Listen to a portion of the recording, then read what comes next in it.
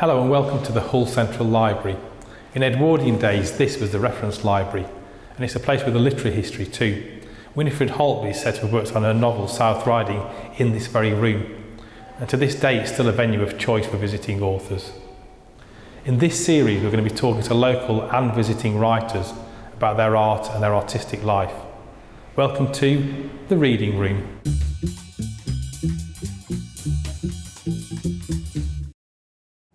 Local historians rarely make an impact outside of their geographical area, but my guest in this episode literally rescued one Hull community from cultural and historical obscurity. Today my guest is Alec Gill. Alec Gill's an author, but he's also a photographer of note. He's an academic and he's a filmmaker. Perhaps he's best known for his social histories of Hessle Road and its fishing community. Alec, welcome to The Reading Room. Thank you, Darren. Nice to be here. So your first book, you started off as a photographer, and it was because of your photography that you became a writer. How did that happen? Well, it's by luck played a big part in it, because I was having a photographic exhibition at the University of Hull, and the guy who displayed the exhibition, put it up and everything, was Gary Sargent. And he's, as well as being a graphic designer, was an artist as well, and he had a lot of sketches he'd done of Hessle Road, and he needed a writer to do the text, the chapters, to go along with his sketches. So I thought, I'd like to get in there, you know, because one always has these ambitions to write. And I was in my early 30s by this time. And his friend, Gary's friend at the university, was Alan Bower, who had been lined up to do the text. But the thing about Alan was, he was a Sheffield lad. He was head of English, he was more than a lad. And but he acknowledged that I'd got the information and the contacts to do more of the text about Hessle Road. So Alan kindly stepped back and became the editor of the book, and I became the author to go with Gary's pictures. And then through some process with Hull University Press, they put my name first, Alec Gill and Gary Sargent, which I didn't ask for that, but I didn't argue against it either. And so got into it that way. And Alec served an apprenticeship with Alan Bower, very kindly, head of English, knowing all the grammar and how to improve my sentence structure and syntax, etc. He helped me a lot. You were given this job of writing text to pictures about Hessle Road. Was there a reason why the university thought that you might be somebody who would know about Hessle Road? Yeah, because of I'd had 20 solo exhibitions, basically all about Hessle Road, 2 in the States and others around Britain and Hull in particular, of course.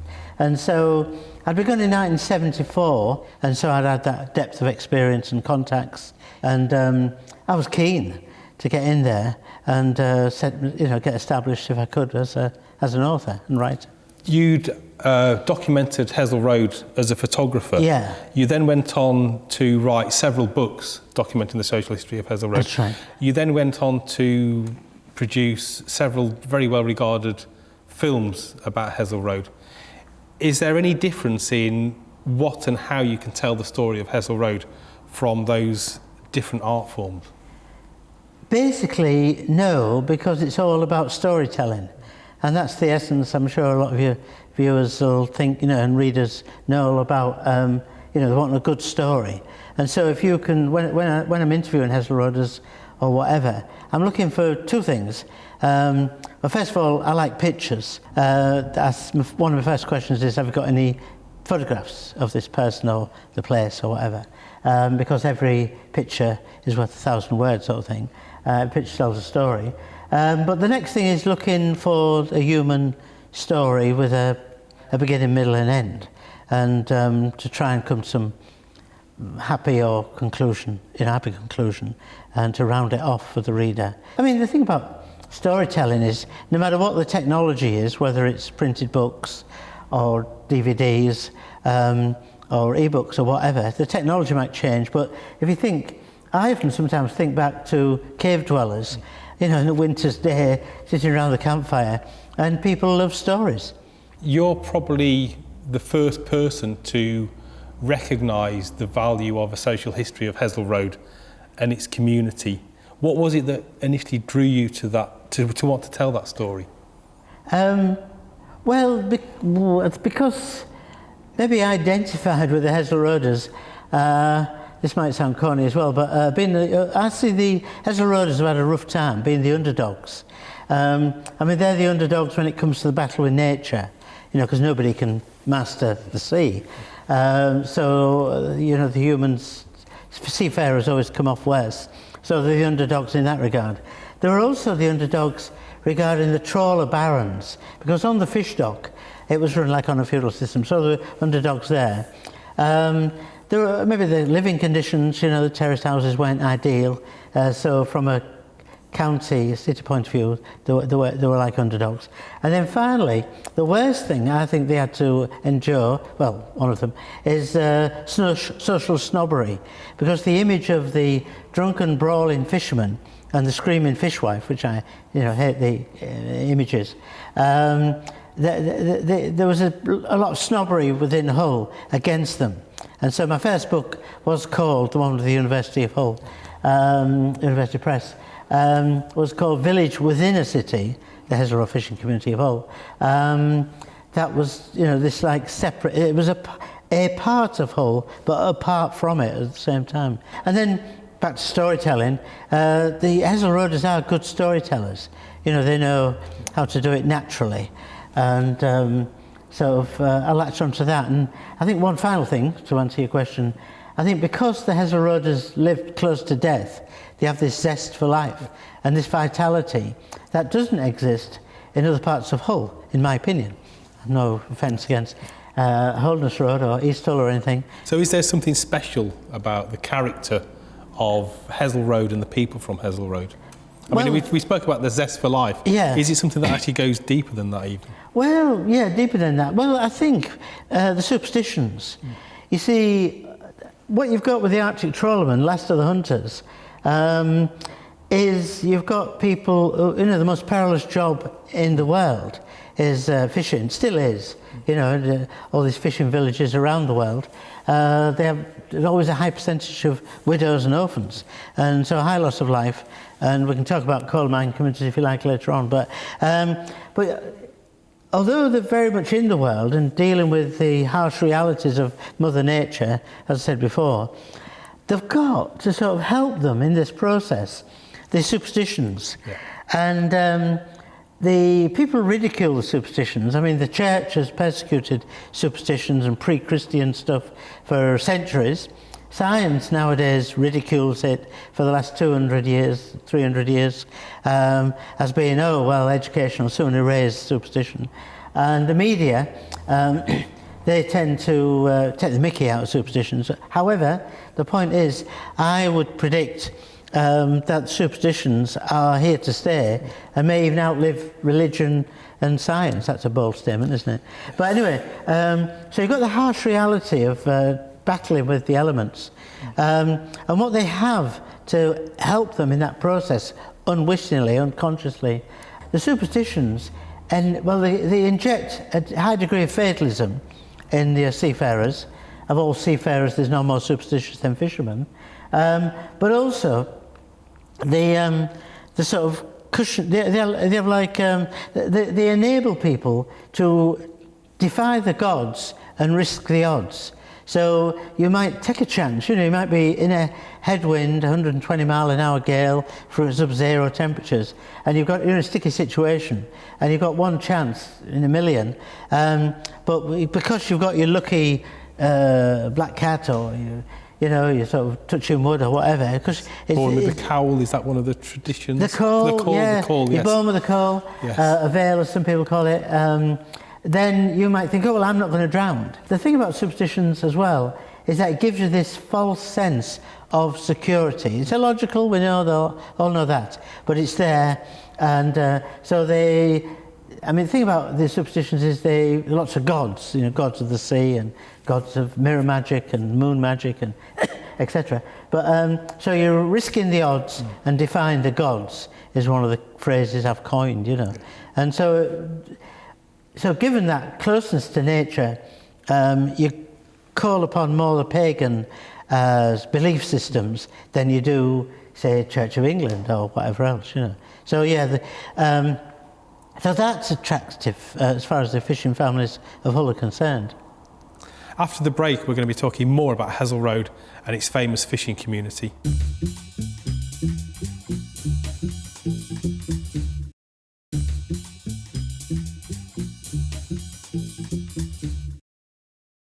Hello and welcome back to the Reading Room. I'm here with Alec Gill. We've been talking about his books on Hessle Road and its famous fishing community. The Superstitions, which is one of my favourite books of yours, I've got to say, I found it really enlightening. I don't think you can really understand Hull, and definitely not Hessle Road, without reading that book. One of the things that struck me most was it's perfectly understandable that these fishermen are trying to defy or take on nature, and nature is going out to kill them. Yeah. It is an extremely dangerous occupation. Very so much. anything that's going to help save them is important. There are some superstitions, some customs that I find almost self-destructive, and I'm thinking, for example, of the 3-day millionaire, of throwing your money away. Are there elements, again talking about Hessle Road's character, are there elements of those customs that are maybe undermining their own existence? Yes, very much so. There's that one you mentioned, which we can come back to, but the other one was not learning to swim. And you think, if you're going to have a job as a seafarer, you'd learn to swim. It's like if you're going to be a pilot, you'd have to learn to fly an aircraft. And there was this belief system.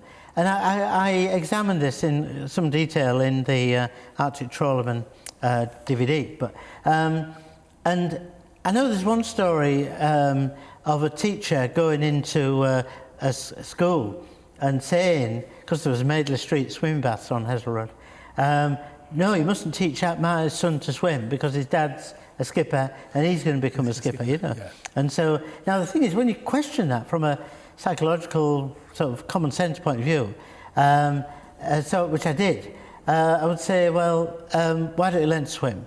And he said, and they would say, oh, well, why prolong the agony? Because if you're up there in the Arctic and you're plunged into the water, then you don't stand much chance. And that was especially true if you're an engineer. Down below, you're stripped to your waist and you're hot from the shoveling of coal or whatever in the engine room, and then you're up on deck like the Lorella Rodrigo, whatever. Your lungs explode, more than before you have a chance to drown. So the shock, the trauma to the system. And so you listen to all this and say, oh yeah, that's fine, I can understand that. But what if it was August and the trawler was just off Flamborough Head, Scarborough, wherever? I mean, Staxton Wyke was quite close to the shore, and they could have got ashore. So then I was trying to put them in a corner, like a chess move, and they say, oh well, if I was rescued, they would say, then the sea would simply claim somebody else's life. So this is the fatalism, and again the sense that Walter Scott's expression, don't ask the price of fish because it's paid in men's lives. And so if you're rescued, then the sea, the King Neptune or whatever, the sea gods, that's simply going to take somebody else's life. There's another superstition as well. And if you go to Henry Haird's, the jewellers on Hessle Road, they'll tell you that they don't sell pearls because pearls are from the seabed and they're something precious. And so in a lot of fishing families, they don't wear pearls. And the illogical or logical thinking is that if you take something precious from the sea, then the sea will take something precious from you. And so take your husband or your son or your brother.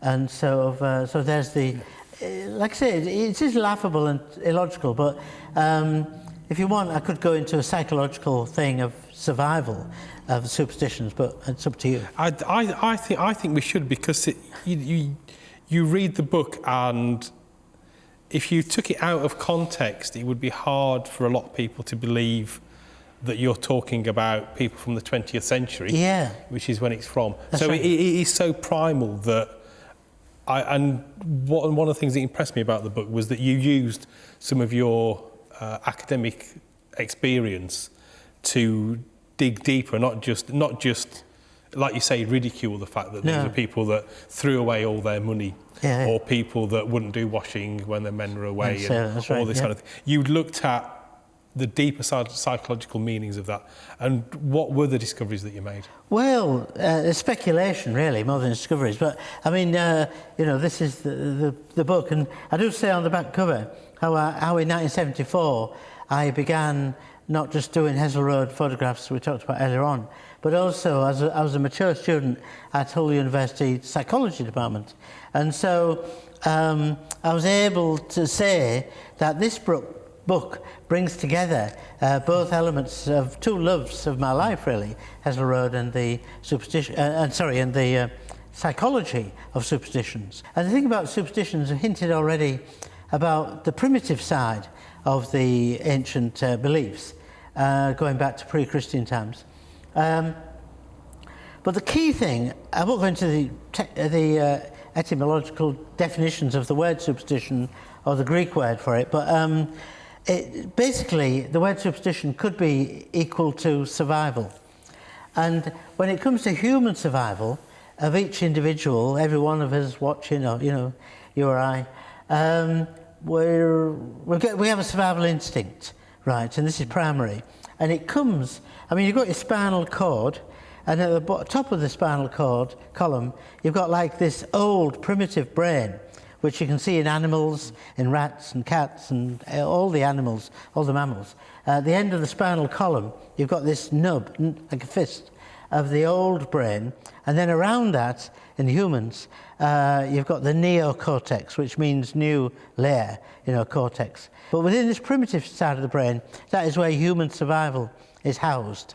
And that is where, despite what the religions and the witch hunts and the Inquisition and the science, we talked about the ridicule, etc., because superstition and survival are so tightly bound together, you'll never get rid of superstition. And the seafarers, the trawlermen, with the high loss of life, have still maintained these superstitions. Even people, scientists can't answer the question, why is it that superstition still survives in the age of science?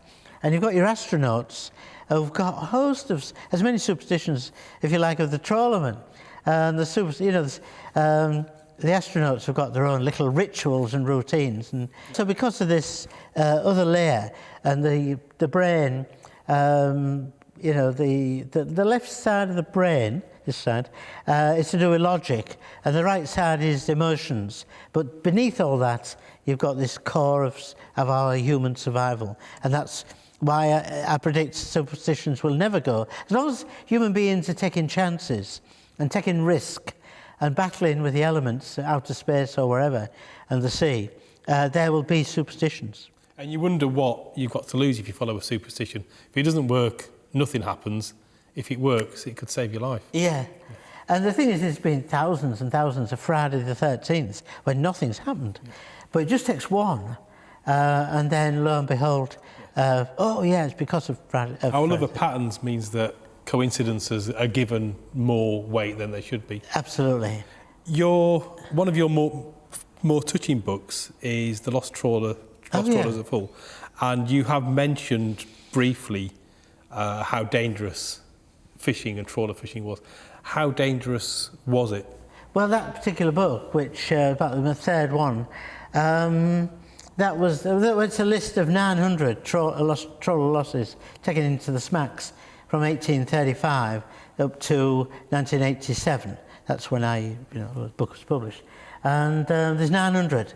And actual boats? 900 hull trawlers. Wow. Yeah, it's Hull Lost Trawlers of Hull. If that was 900 men, you'd think that was a toll. Yeah. But to say 900 actual boats going down, and a lot of them fully manned. Yeah. Lost with all hands was the expression they used. A bit, to whittle people down to just the hands is the British aristocratic view of society, and they were just hands, from farm hands and that kind of thing, stage hands as well. But anyway, there were deckhands, and every ship that went down didn't mean all the crew was lost. But nevertheless, what was interesting though, the 1968 triple trawler tragedy with the St Romanus, Kingston Peridot and the Ross Cleveland, when the 58 men were lost, one survivor, as you know, Harry Adam. That's when the first real inquiry, modern day inquiry, was conducted into the loss of life, and comparing trawlermen with miners. And but the point of that, the Sir Derek Holland Martin inquiry was concluded it wasn't the loss of life from trawlers going down that was the greatest loss of life. That was maybe the headline grabbing one. It was the week in, week out, month out, every winter, just men getting washed overboard. That was the higher loss of life. Then this is facts. And just briefly, he did contrast it with mining. And yes, miners' tragedies, bad though they are, obviously they get the headlines. And the journalists can get to the pithead, and they can talk to survivors, can talk to the wives, and there's usually talk to the owners, because they're all there at the pithead. And can talk to the rescuers. They're all there, you see, all in one spot. Ideal for the London media. And yes, you'd have coal mining disasters, one in Scotland, a couple in Wales, maybe every so often, Kent and Nottingham, and Yorkshire, of course. But the thing about Hull was, it was winter after winter after winter. It's, 1975 that the Hessle Road community started to disintegrate and be disintegrated, because they started knocking down the houses, they started moving people out of Hessle Road.